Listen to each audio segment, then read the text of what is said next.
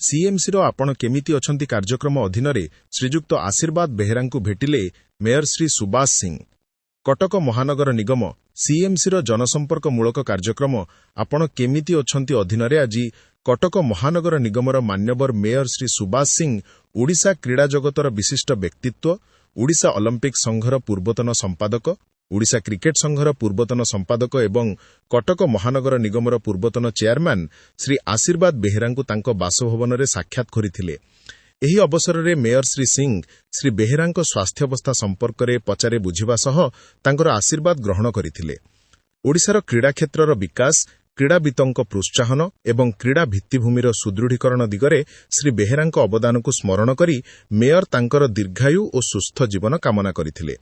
श्री आशीर्वाद बेहेरा दीर्घ वर्ष धरी ओडिशार क्रीड़ा आंदोलन को सुदृढ़ करने, युव क्रीड़ावित मानक प्रोत्साहित करने एवं क्रीड़ा भित्तिभूमिर विकास रे उल्लेखनीय भूमिका निभाई आसिछंती।